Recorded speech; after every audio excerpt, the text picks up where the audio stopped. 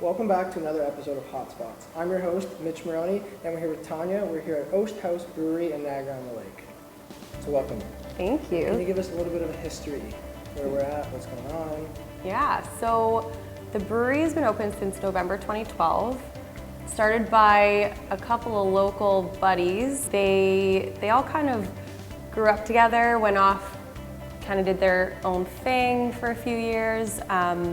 One of the owners, a gentleman named Cian McNeil, he actually has a background in winemaking, and he came back to this neck of the woods after living in Toronto for a while and saw a real gap in wine country, and we really had no craft beer.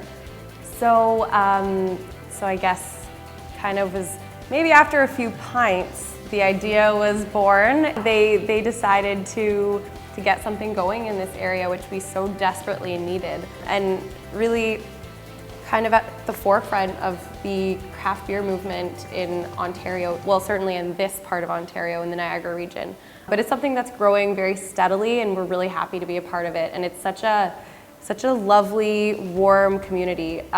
Because there are so few of us, it's so imperative that we are in it together. And we're really after the same end goal, which is to build the craft beer scene up in this area and just keep welcoming everybody and just really keep that standard up so that we're producing really, really good quality product. So we're going to start with the basics. What sets apart craft brewery from all the major companies? Yeah, so something that we do here at Oast House and what sort of sets us apart from mass-produced beer, the quality of the ingredients that we use the best grain, the best hops, the best yeast, sourced from different parts of the world. If we can source it locally, we do.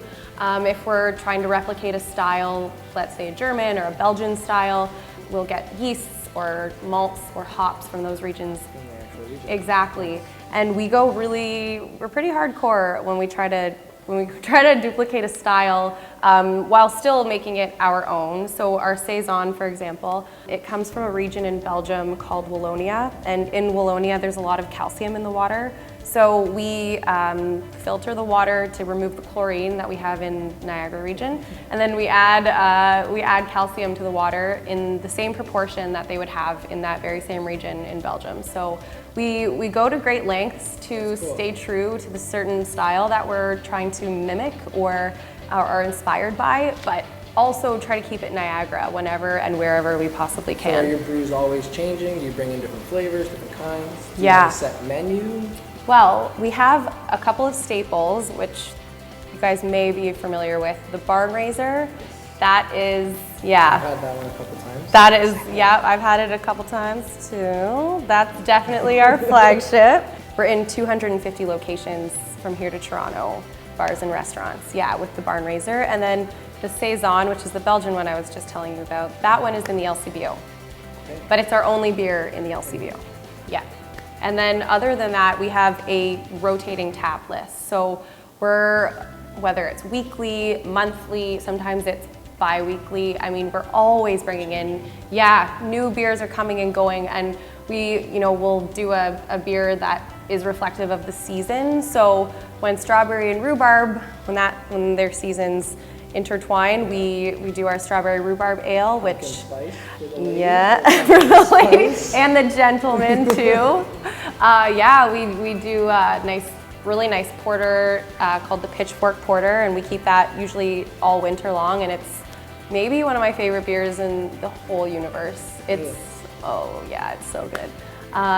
We do just really the beers that we do really reflect the time of year and whatever is in season. So you said you're in 250 locations all in Toronto.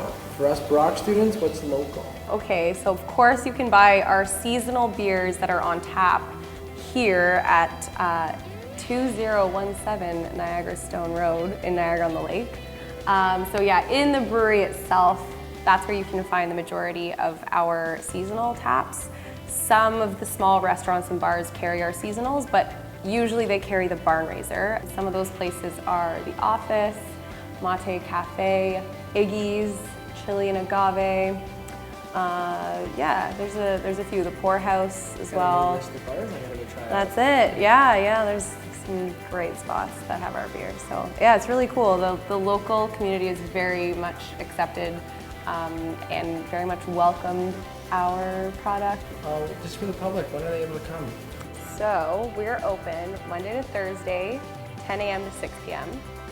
Fridays are late night, so we're open from 10 a.m. to 11 p.m. We have a chef named Adam from the infamous food truck El Gastronomo Vagabondo. He cooks out of our kitchen. It's a mouthful. Yeah, no pun intended. And then on the weekends, our hours are 10 a.m. to 7 p.m.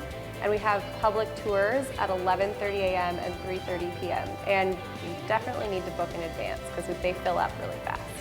Thanks for having us today. It was a great time. Thank you for watching HotSpots and stay tuned for another episode.